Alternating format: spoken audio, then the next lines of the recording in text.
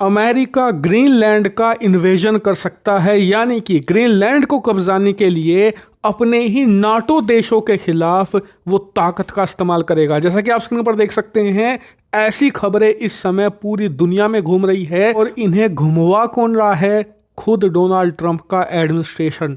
दरअसल रिपोर्ट्स बताती हैं कि डोनाल्ड ट्रंप जानबूझकर ऐसी खबरें लीक करवा रहे हैं ताकि वाटर टेस्ट किया जा सके, यानी कि जिस प्रकार से एक शांत पानी में पत्थर डालकर उसकी गहराई नापी जाती है ना, ठीक वैसे ही ट्रंप ये खबरें प्लांट करवाकर मीडिया में ये देखना चाह रहे हैं कि जो उनके नाटो के साथी देश हैं उनका क्या रिएक्शन है। क्योंकि अब से कुछ ही दिन पहले जो जर्मनी है और फ्रांस है, दोनों ने मिलकर डेनमार्क का साथ दिया था और खुले तौर पर कहा था कि हम अमेरिका का विरोध करेंगे अगर उन्होंने ग्रीनलैंड को हथियाने की कोशिश करी तो। और इसीलिए पूरे यूरोप में इस समय डर है कि अभी तक हम लोग सिर्फ घबराते थे कि रूस हम पर कब्जा कर लेगा, हम पर अटैक करके हमारी ज़मीन छीन लेगा, लेकिन ये तो दूसरी तरफ से अमेरिका खड़ा हो गया है जो हमारी ज़मीन हथियाने को तैयार है। इसीलिए आप देखोगे कि अमेरिका खासकर कि डोनाल्ड ट्रंप के खिलाफ पूरा यूरोप धीरे धीरे इकट्ठा हो रहा है। और सबसे स्ट्रेंज बात पता है क्या है? वो ये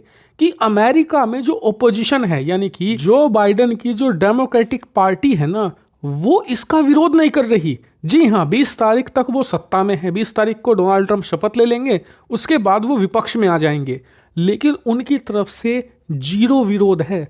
और इसी को देखकर यूरोप डर रहा है और कहीं ना कहीं अमेरिकी जनता के अंदर भी ये सेंटीमेंट है कि हमें ग्रीनलैंड लेना चाहिए, अपनी ज़मीन बढ़ानी चाहिए। और आपको अगर ये अजीब नहीं लग रहा तो रूस का रिस्पॉन्स आप देखिए। आप हम स्क्रीन पर देखिए, रूस के विदेश मंत्री लावरोव ने क्या कहा है।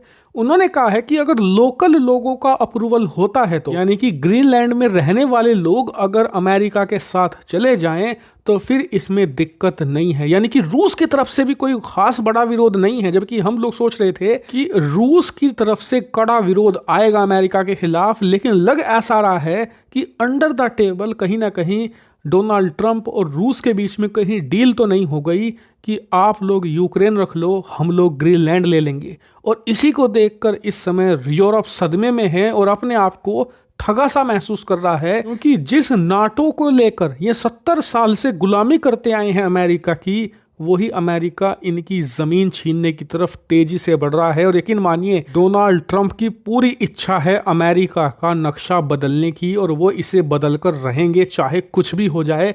देखने वाली बात हमारे लिए ये होगी कि क्या अमेरिका ताकत का इस्तेमाल करेंगे या फिर वो अपनी कूटनीति से ये काम निकलवाएंगे। लेकिन एक बात आप लिख कर ले लीजिए, हो कुछ भी, अगर ग्रीनलैंड पर कोई भी आंच आती है तो यूरोप एकजुट होगा ही होगा।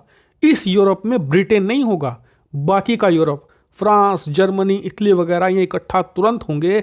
और कहीं ना कहीं अमेरिका का जो एक ग्रैंड अलायंस है, जिसके दम पर ये सोवियत यूनियन से लड़ते आए हैं, अब चीन से लड़ रहे हैं, रूस से लड़ रहे हैं, ये टूटेगा। और यही भारत के लिए फायदेमंद है, क्योंकि अमेरिका दुनिया में जितना ज़्यादा अकेला होगा, भारत उसका उतना ही इस्तेमाल कर सकता है। और उससे भी बड़ी बात, जब तक अमेरिका नहीं हटेगा तो भारत के लिए सुपर पावर की गद्दी पर जगह कहां से बनेगी?